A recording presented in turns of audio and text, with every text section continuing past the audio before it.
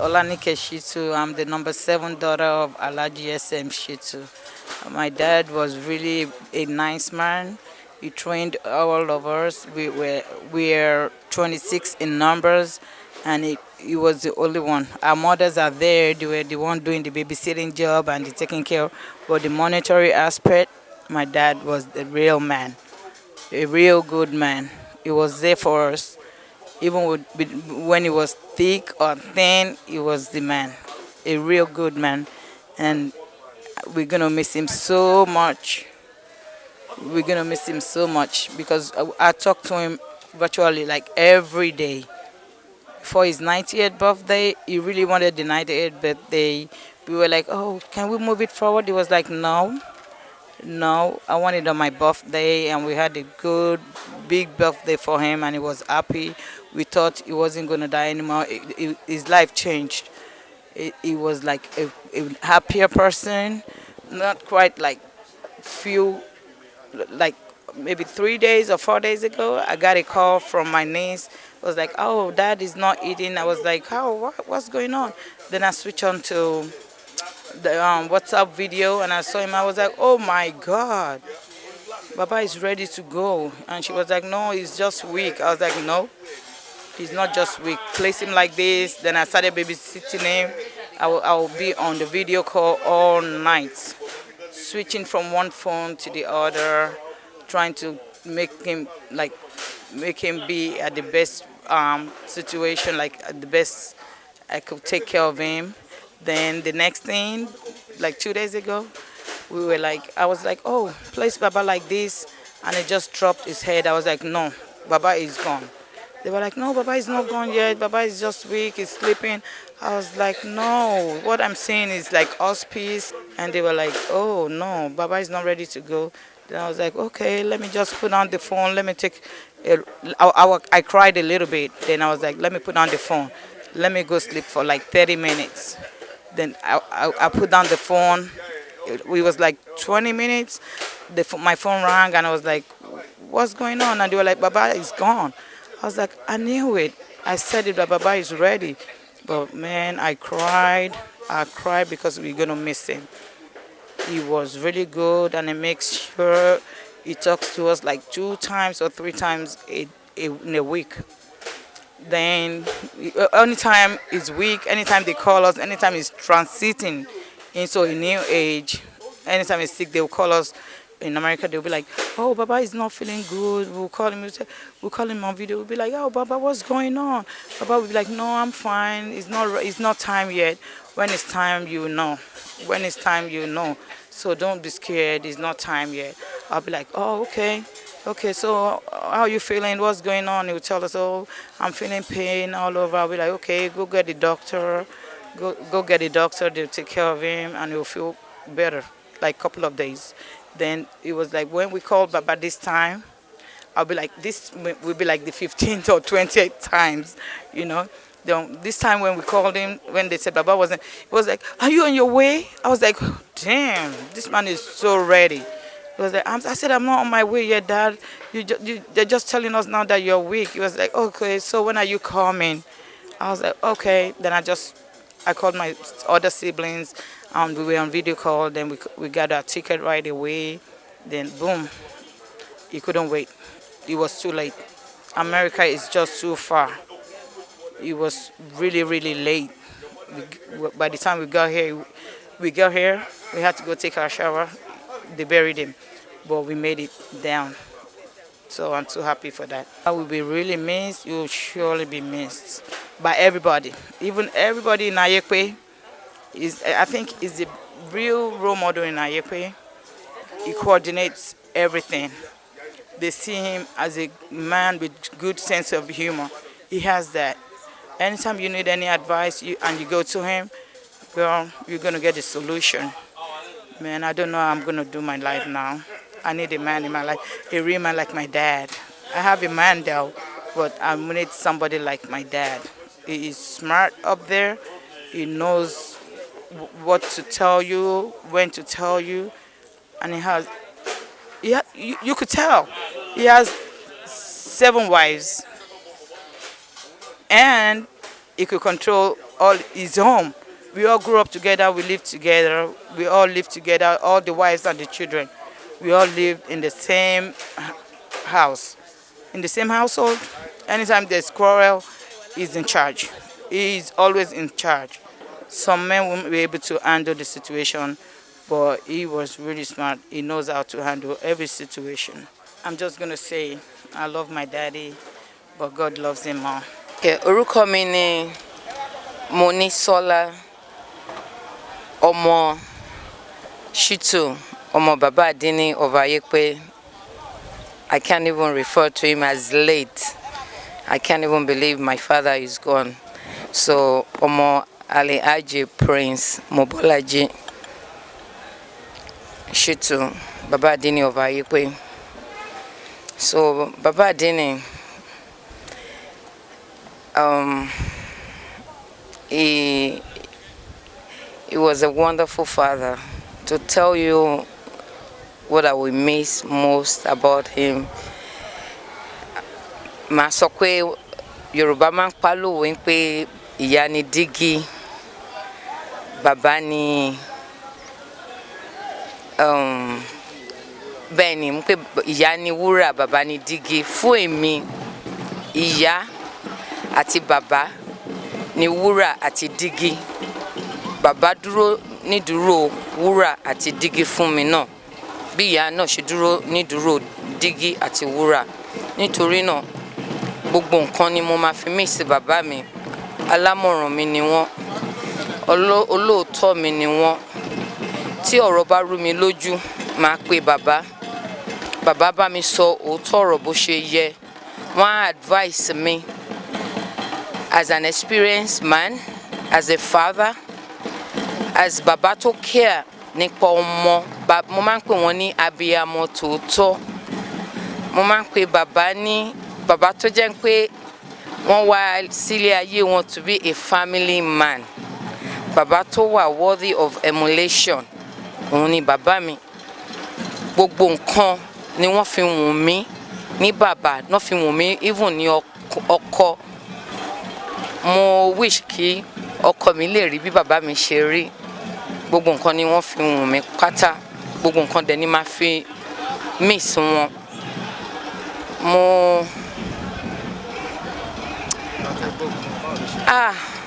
Mo gbọ́ nǹkan tó ṣẹlẹ̀ ní pé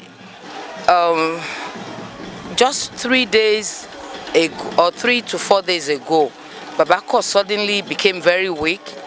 So for that period, I continue láti ṣe video call, láti monitor bó ṣe ń ṣe. So right before come to take last breath, wọn niece mi pé she call me, ó wá ní ó ṣe video call, ó ní Baba is breathing funny. So I was like, jẹ́ kí n wo nǹkan tó ń ṣẹlẹ̀. But I kind of knew what was going on. So immediately mo ṣe video call pẹ̀lú, mo connect sister mi, mo connect brother mi. So we were on the phone when Baba took his last breath, and which I'm grateful for. Mo wà grateful fún Ọlọ́run láti jẹ́ kí n witness ìyẹn as well. Then 4 days before then, mo bá bàbá sọ̀rọ̀ ńgbà tara wọn ìyá mi ní bàbá mi ẹ pẹ̀lẹ́, wọ́n ní àwọn ń lọ sílé ni. You know, I was in serious denial because mama ṣẹ̀ṣẹ̀ lọ. Mama mi ṣẹ̀ṣẹ̀ kú. It's not even up to 2 months. The thought of losing my father that soon, I just couldn't process it. So I was just in serious denial. But yé Ọlọ́run, you know, Ọlọ́run mọ̀ pé àsìkò tó náà ni. So with that thought, mo wà grateful and mo wà thankful for life, don't live. Prayer tí mo ní fún wọn ni pé kí Ọlọ́run tẹ́ wọn sí afẹ́fẹ́ rere, kí legacy tó ń fi sílẹ̀ kó má parun, kí ẹ̀yìn tí wọ́n dẹ̀ fi sílẹ̀ gbogbo àdúrà wọn pátápátá lórí ìkọ̀kànnú wa kí ó materialize. Gbogbo bó ṣe fẹ́ tó inú ilé náà lásìkò tán ti lọ yìí náà, kí Ọlọ́run bá wọn tó gbogbo ẹ̀. pátápátá, kí Ọlọ́run gba gbogbo àdúrà wọn lórí gbogbo wa pátápátá. My name is Adunola Shitu Animation. I'm the last born of the family. My father is an impeccable and fantastic father. I enjoyed awesome fatherhood with my father. My father used to drive me to university. Anybody that went to Babcock and was in my course knows that most of my friends, most of my classmates in school practically knew my dad because my dad would come and pick me for the weekend if he doesn't have a driver to come and get me, and he would take me back to school on Sundays. I enjoyed fantastic memorable time with my father. I enjoyed lovely holidays abroad with my father.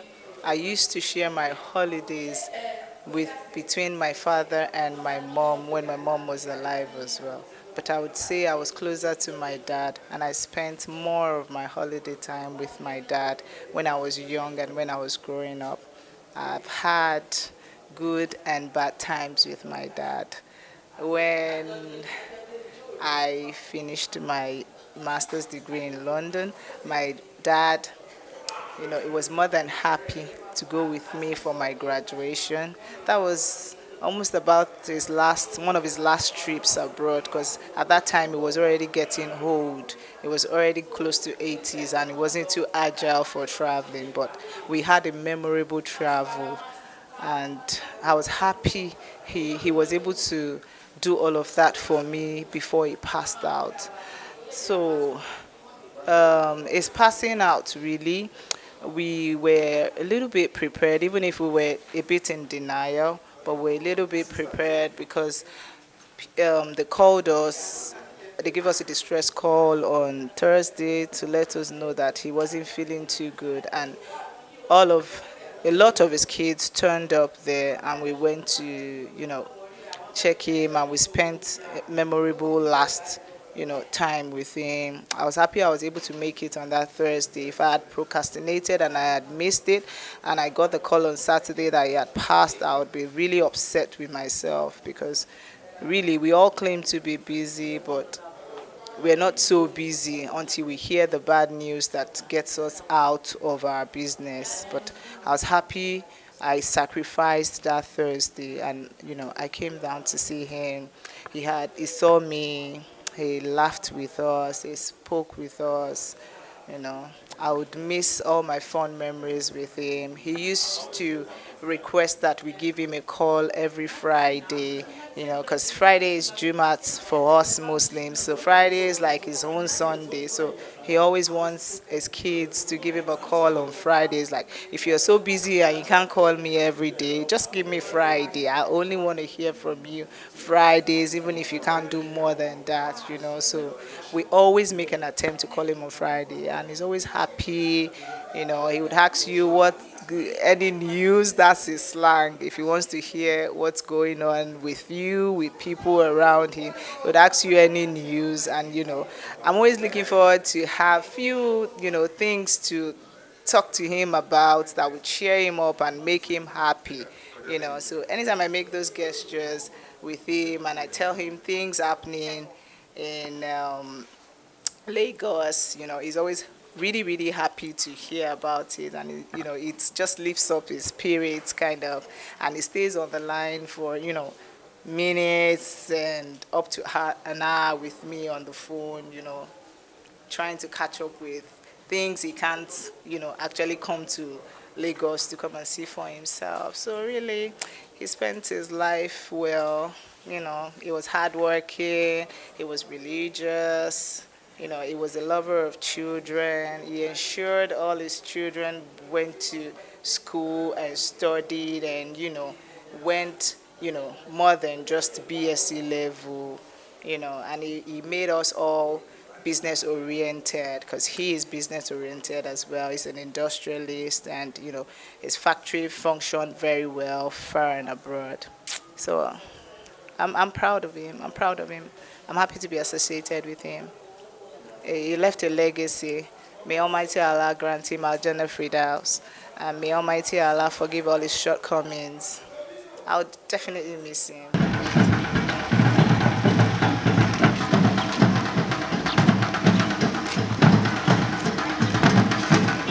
Aláàjì bàbá àdínì mi làbúrò wọn, àbúrò kẹta sí wọn ni mo jẹ́. Bàbá àdínì dẹ̀ tọ́jú gbogbo wa, bó ṣe ń tọ́jú ọmọ ẹ̀ ló ṣe tọ́jú àwa náà. Ọlọ́run kò ṣe kí n sì mí fún wọn, Ọlọ́run kò ṣe kí n sì mí fún wọn.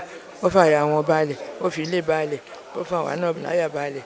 Káwọn náà tó dà bá àwọn náà, gbogbo ọmọ tó wà nílẹ̀, gbogbo wọn, Ọlọ́run ṣe wọn lọ́rọ̀ ara wọn. Ṣìtánì èṣù má jẹ́ ó bọ́ sí wọn láàrin. Ìyàwó tó wà nílẹ̀, Ọlọ́run jẹ́ pé Ọlọ́run tó ń bá tó lé láti ilẹ̀ wá, Ọlọ́run bá tó lé ní gbogbo wọn tọ́jú ẹ̀. Kóun náà má ra rẹ̀, kó má dùbúlẹ̀, kó má dùbúlẹ̀ fún. Kí lè máa dùn kó máa nú yín, kí lè máa dùn kó máa nú gbogbo ọmọ tó ń dùn wá nú. Kí nǹkan kan má ṣe wá, gbogbo ọmọ bàbá àdínì ọ̀rẹ́ ló ń ṣe, kò sọ́tà nù wọn. Gbogbo bọ́n ṣe ń ṣe lójú ayé bàbá, Ọlọ́run kó bá a ṣe bẹ́ẹ̀ lẹ́yìn bàbá náà. Lọ́lá wàláúlá wàlá kùrátà ìlà bìlà ìlà sí. Olúwa kó bá wa kẹ́ wọn. Olúwa bá wa ṣe ibi tí wọ́n sùn. Ṣé lábàtà àlìjánà. Wọlé àkúbí ànábì wa mọ̀. Gbogbo àwọn ìyá wa tí wọ́n jẹ́ àbúrò bàbá. Àwọn ìyá wa láti rí bàbá wa alájà wa Tóyìbá. Màmá wa alájà Tóyìbá. Alájà Tóyìbá. Màmá wa alájà Madina Madines. Àti Àmọ́ màmá wa Sáwùlìyá. Olúwa bá ṣàbá bójú tó gbogbo wọn. Olúwa bá wa ṣàánú wọn. Lẹ́yìn ikú bàbá àdínì. Ọlọ́run má lè yín sàásà. Ọlọ́run má lè yín jàǹjà. Gbogbo àwọn ọmọ bàbá àdínì pátá. Ọlọ́run má fi wọ́n dà yín láàmú. Má fẹ́ yín náà dá gbogbo àwọn ọmọ láàmú. Farabalẹ̀. Bàbá mi á dí. Ṣé wọ̀nyí pé nínú oore tọ́lá ń ṣe fún bàbá àdínì. Nínú oore tí Ọlọ́run ṣe bàbá àdínì. Yàtọ̀ sí ọmọ bàbá àdínì. Yàtọ̀ sí àwọn ọmọ bàbá àdínì. Tí bàbá àdínì tara bí. Tí bàbá àdínì tara wọn bí. Àwọn ọmọ tí wọ́n tẹnu bí pọ̀. Àwọn ọmọ tí bàbá tẹnu bí pọ̀. Gbogbo wọn sì yàn. Gbogbo wọn yàn. Wọ́n yanjú. Wọ́n yanjú. Gbogbo wọn yàn. Lójú ayé bàbá. Lójú bàbá àdínì. Abẹ́lọ́ fún gbogbo iyejú. Abẹ́lọ́ gbogbo iyejú. Olúwa má ṣàbá mójútó. Olúwa bá wa ṣàánú wọn. Ọlọ́ba ṣàánú wọn. Má fi kú bàbá àdínì. Wọ́n wá fi kú bàbá àdínì. Má fi dá wàhálà láàrin yìí. Wọ́n náà fi ànábì wa Muhammad. Àwọn màmá wa tí wọ́n ń ṣẹ̀yìn. Àwọn màmá wa tí wọ́n ń ṣẹ̀yìn. Ó dá sí pé bí bàbá bá wúkọ́. Bí bàbá bá wúkọ́. Àwọn náà wúkọ́. Àwọn náà wúkọ́. Bí bàbá bá ń jẹun. Bí bàbá bá ń jẹun. Wọ́n jọ máa ń jẹun. Wọ́n jẹ́ kí náà ni wọ́n jọ ń jẹ. Tí bàbá bá fẹ́ sùn. Tí bàbá bá ń sùn. Wọ́n jọ ń sùn ní. Wọ́n jọ ń sùn ní. Ọlọ́run bá wa mójútó yín náà. Olúwa bá wa ṣàánú yín. Má fi wọ́n pa yín nígbà. Wọ́n bá ka yín wá ní. Ọlọ́run kó bá wa lọ́rẹ̀ ẹ̀mí. Ọlọ́run kó bá wa dìyí. Ọlọ́run kó bá wa tú yín. Gbogbo ibi tí bàbá àdínì máa ń dí. Gbogbo ibi tí bàbá àdínì máa ń dí láyé. Olúwa má ṣàbá yín. Alájà máa ń kí sínú bẹ́ẹ̀ ni o. Àwọn ọmọ. Gbogbo àwọn ọmọ. Ọlọ́run ti fi dùn yín nínú. Ọlọ́run ti fi dùn yín nínú. Lójú ayé bàbá. Lójú ayé bàbá wa. Lẹ́yìn tí bàbá ò sí. Lẹ́yìn tí bàbá ò sí ní. Ọlọ́run má fọ àwọn ọmọ náà pa yín lẹ́nu. Má fọ àwọn ọmọ náà pa yín nígbè. Ìyá ń rò kú wọn wá ká yín. Ọlọ́run ṣe á mí nìkan. Bàbá àdínì. Bàbá àdínì. Bàbá mójútó yín. Ibi sàárẹ̀ tí a gbé yín sí yìí. Inú sàárẹ̀ tá a gbé wọlé Ó máa ṣe ní àbàtà àdìjẹ́nà. Bàbá wa Muhibudini Kásùmù. Muhibudini Kásùmù. Nínú àwọn kòríkòsùn. Nínú àwọn kòríkòsùn. Ó já sí pé bí bínú ilé bá ṣe bákan. Bí ilé bá ṣe bákan. Bàbá ó kí kọ́kọ́rọ́ mọ́tò mọ́lẹ̀. Kọ́kọ́rọ́ mọ́tò mọ́lẹ̀. Wọ́n ó dọ́dọ̀ bàbá ẹ̀ mọ̀. Tí inú ilé bá tún sú bàbá ẹ̀ mọ̀ náà. Àwọn náà tún máa bọ̀ ní. Ọlọ́run ti mú yín yà. Ó ti yà yín báyìí. Bàbá wa Muhibudini náà. Olúwa bá wa mójú táwọn náà. Olúwa bá wa ṣe dáadáa fún wọn. Wọ́n dàbí bí ànẹ́bí wa bàbá bàbá. Gbogbo ẹni tó yẹ ká ṣàdúrà fún. La ṣàdúrà fún. Wọ́n dàbí wọ́n ṣàgbàdúrà ní kọ̀ọ̀kan wa. Màmá wa tí wọ́n jẹ́ ìyá Súnà Jẹ́nẹ́rà. Màmá wa Kásìmàdà. Ọlọ́run bá wa dúró tàwọn náà. La hawla. Wala quwwata illa billah. Bàbá Imam, Ọlọ́run kí ó gbà á. Ọlọ́run kó gbà ó. Ọlọ́run kó fi àlùbáríkà sí. Bàbá àmọ́mọ́dé olóòwò ní kó lọ́ọ́ fà ní báríkà sí. Mísánà àti gbogbo Ansarudeen. Bàbá wa mísánà gba Ansarudeen lọ ayé pé. Wọ́n ti ròyìn bàbá lọ. Bí wọ́n ṣe ròyìn bàbá ó tún ju bẹ́ẹ̀ lọ. Ó ṣe rí Bàbá ní ilẹ̀. ká máa kà á. Bàbá ní ká máa kà ròyìn bàbá. Ilé oko. Wọ́n ní àṣírí débi tí àáfàá mi ò dé lọ́wọ́. Wọ́n ní àṣírí kọjá àfáà mi. Èyí táwọn sọ tí ó hàn sí wọn lọ́dọ̀ tí wọ́n nù lẹ̀. èyí tí bàbá sọ tó hàn sí bàbá mísọ́nà nìyẹn o. èyí tó tún hàn sọ́dọ̀ tàwa. èyí tó tún hàn sọ́dọ̀ tẹ̀lé yín. ó pọ̀ jàrá. ọ̀pọ̀. àmọ́ Ọlọ́run kó bá a kẹ́ bàbá. Ọlọ́run bá a kẹ́ bàbá o. nítorí àsìkò tí bàbá yìí nínú iṣẹ́ tí wọ́n ṣe kalẹ̀. nínú iṣẹ́ tí bàbá ṣe kalẹ̀. ó ní wọ́n ń jèrè ẹ̀. ó ní wọ́n ń jèrè ẹ̀ lẹ́nìí. nígbà tí Ansarudeen ti sùn. torí níjọ́ tí Ansarudeen sùn. nílùú Ayépe. tí o ti dìde. níjọ́ tó sùn. bá sọ ni kò máa níjọ́ tó sùn. níjọ́ tó sùn. lọ́jọ́ tó sùn. tóró ti wà ti pẹ́. ó ti wà ti pẹ́. níjọ́ tó sùn. níjọ́ tí Ansarudeen sùn. bàbá yìí ló jí dìde. bàbá yìí ló jí dìde. tí a bá wá rí Ansarudeen. tá a bá wá rí Ansarudeen. lónìí. lẹ́nìí. tí wọ́n jókòó. tí wọ́n jókòó. níbi jánásà wọn. níbi jánásà bí òkú wọn. kì í ṣe mọ̀. kò ṣe mọ̀. Ọlọ́run ọba o àwa náà tún ẹ̀yìn tàwa náà ṣe. àwa náà tún ẹ̀yìn wa ṣe ni o. gbogbo ń ta wá ṣe yìí. gbogbo tá a ṣe lẹ́nìí. ẹ̀yìn wa ṣe ni. ẹ̀yìn wa là ń tún ṣe o. iṣẹ́ tiwa là ń tún ṣe o tiwa là ń tún ṣe. kò ṣe ti bàbá là ń tún ṣe má tiwa là ń tún ṣe. gbogbo tí a wá wí láti àsùnbà. gbogbo tá a wá sọ látàsùnbà. láti ṣe látàsùnbà. látàsùnbà. tí wàá lórí ètò àmíṣọ́nà wa ṣe ṣé yìí. tó bàbá míṣọ́nà ṣe yìí. àti èyí tí wọ́n tún máa ṣe. èyí tá a tún máa ṣe. ọlọ́mọṣà jẹ́ kó máa bá a pẹ̀lú mọ́lẹ́nu. ọlọ́jọ́ máa bá a pẹ̀lú mọ́lẹ́nu sàárẹ̀. Allahu akbar. Allahu akbar. Allahu akbar. Amin. Amin. Amin. Amin. Allahumma ya man asra. أجلس يا ولم يعكس بجريرة ولم يعتك السترة ويا سمع كل نجوى ويا أسمى العفو ويا حسن تجاوزي ويا وسع مغفرة ويا بسط اليدين برحمة ويا سمع كل نجوى ويا متاع كل شكوى ويا كلم الصفوي ويا أسمى المن ويا مكل العثرة ويا مكل من نعام قبل استقاقي يا ربي ويا سيدي ويا مولاي ويا جية ربتي أسألك أن تسويها بتلقة الدنيا ولا بعذاب النار ولا حول ولا قوة إلا بالله سبحان ربك رب العزة عما يصفون والسلام على المرسلين والحمد لله رب العالمين صلوا على النبي. Assalamu alaikum wa rahmatullahi wa barakatuh. Èmi tèmi sọ̀rọ̀ ní Alájà Sauliat Àjọkẹ́, ìyàwó olówó ìsàlẹ̀. Bàbá àdínì jẹ́ ẹ̀gbọ́n mi àtàtà tó jẹ́ pé tí a bá délé wọn, wọ́n á bá wa sọ̀rọ̀ ìdùnnú, wọ́n á bá wa sọ̀rọ̀ àgbà, wọ́n á foríwórí, wọ́n á fọ̀rọ̀ wọ́rọ̀ fún wa. Ọ̀rọ̀ òtítọ́ tó máa wọ̀ wá nú òun náà máa bá wọn sọ. Ìjọ́ tí mo gbọ́ ikú wọn ó jẹ́ kàyéfì fún mi. Bàbá àdínì ẹ̀gbọ́n rere, ẹ̀gbọ́n àtàtà, Ọlọ́run kó forí jì wọ́n, Ọlọ́run bá gbé wọn sáfẹ́fẹ́ rere. Iwájú tán forí ojú sí kó má bàjẹ́, ẹ̀yìn tán fi sílẹ̀ kẹ́yìn náà máa dá. Ọlọ́run kó má dà àárín àwa pẹ̀lú àwọn ọmọ wọn rú. Ọlọ́run kó má fi wálẹ̀, Ọlọ́run dúró tì wá. Àsìkò kú wọn, Ọlọ́run má ṣe ní kó àgùfà ní fún gbogbo wa, láàrin ẹbí, láàrin àwọn àbúrò, láàrin ọmọ, láàrin gbogbo ayé pé Ọlọ́run má ṣe ikú bàbá àdínì ní kó àgùfà fún gbogbo wa.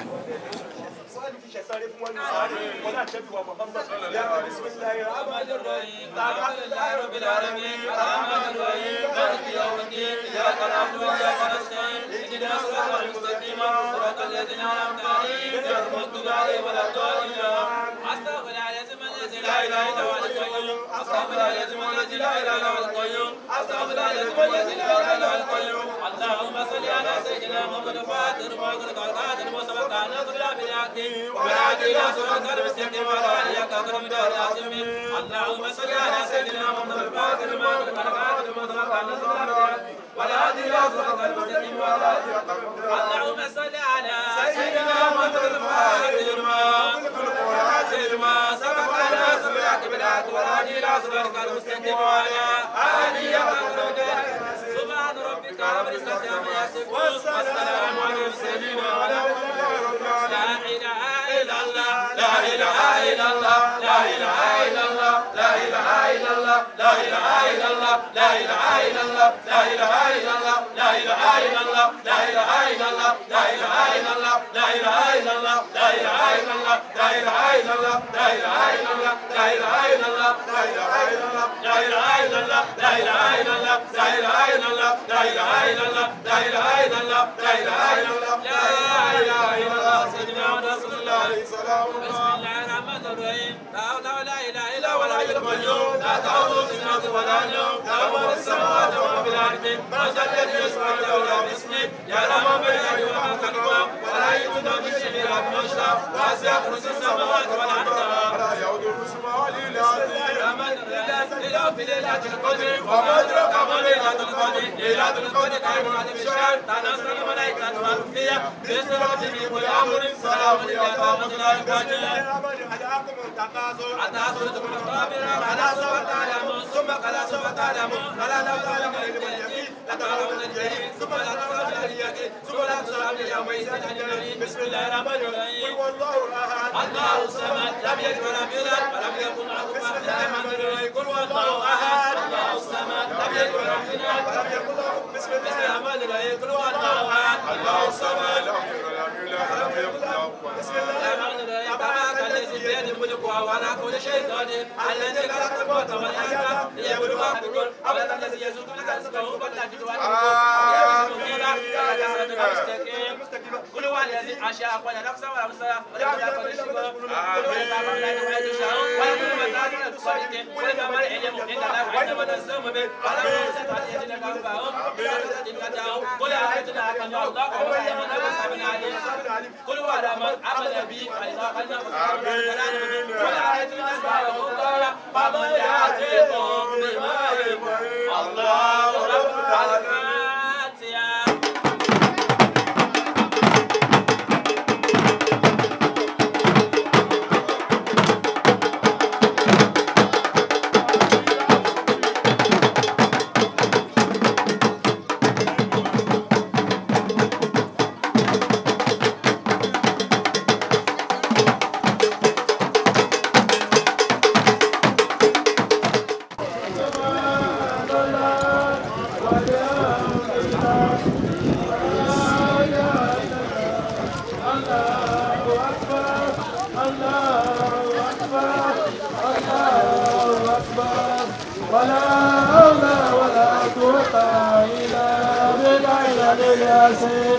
سبحان الله والحمد لله ولا إله إلا الله الله أكبر الله أكبر الله أكبر ولا حول ولا قوة إلا بالله العلي العظيم.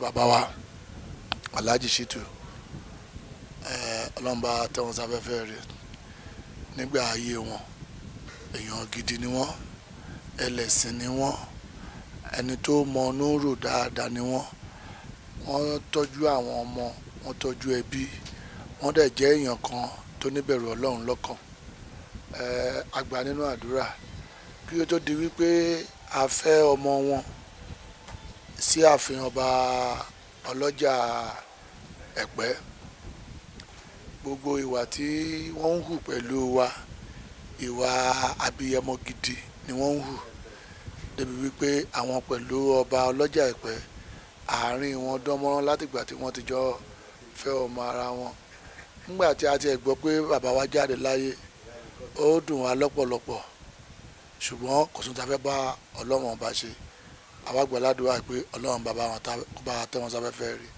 kó foríjì wọn kó pa àṣìṣe wọn rẹ́ jẹ́ kí gbogbo ohun tí wọ́n fi sílẹ̀ jẹ́ kí gbogbo ẹ̀jẹ̀ kó yanrí sí rere gbogbo àwọn ọmọ wọn Ọlọ́run kó dúró tì wọ́n àwọn ọmọ pàápàá wọ́n ní ọmọ kì í bá pèlè bàbá ẹ̀ ńlẹ̀ kó ṣaṣọ mú so àwọn ọmọ ti bá bàbá ti fi ẹ̀sìn tọ́ wọn wọ́n ti fi ọjà òwò ṣíṣe wọ́n ti fi tọ́ wọn so àwọn ọmọ fún ara wọn wọ́n ti fi ìwà tó dára wọ́n ti fi tọ́ wọn so àwọn ọmọ náà Ọlọ́run á jẹ́ kan ṣoríire wọ́n á gbẹ̀yìn wọ́n ti gbẹ̀yìn bàbá wọn Ọlọ́run á jẹ́ kan kí wọ́n náà fúnra wọn kọ́ sí ju bàbá wọn lọ kọ́ dàgbà ju bàbá wọn lọ gbogbo àwa tí àwa náà má jẹ́ ká sáré lépa wọn jẹ́ ká àwa náà jẹ́ ká ṣoríire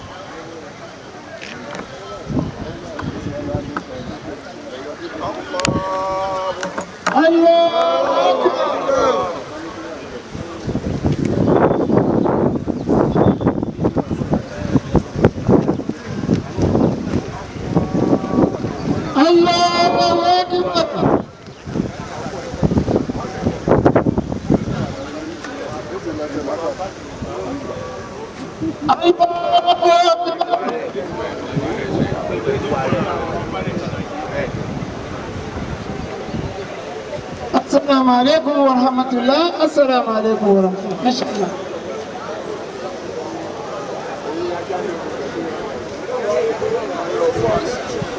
الله أكبر.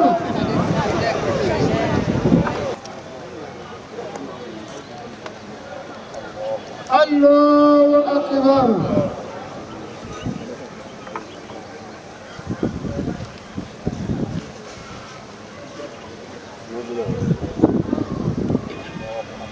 الله أكبر.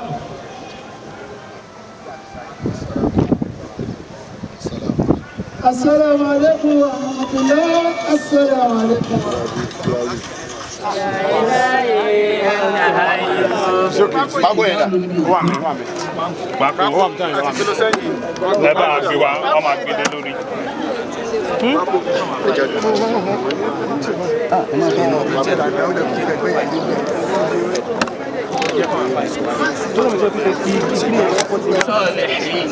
يا إلهي أنت حي سمرة الفائزين يا إلهي أنت حي يا إلهي أنت حي يا إلهي أنت حي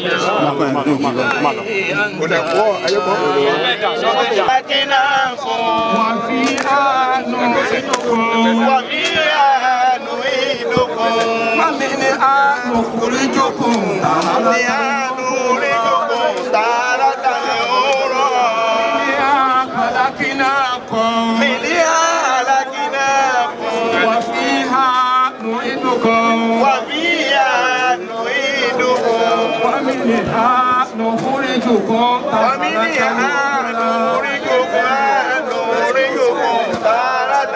أخرى منها خلقناكم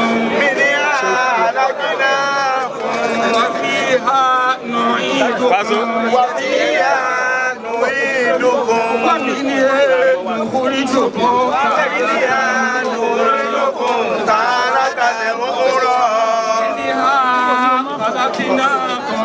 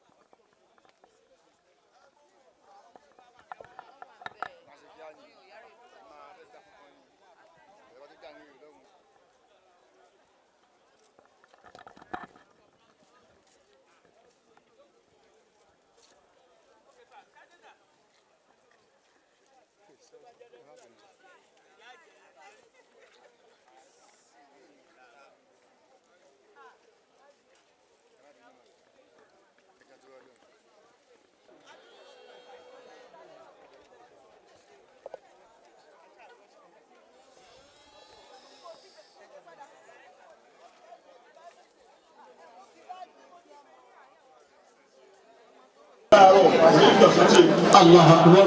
Bẹ́ẹ̀ bá sọ ọ́ lọ́sàn-án kò ní ìdá méjì. Allah. Bàbá ṣe sọ́nà àgbàdo ọdún òní máa ti dọ́kì.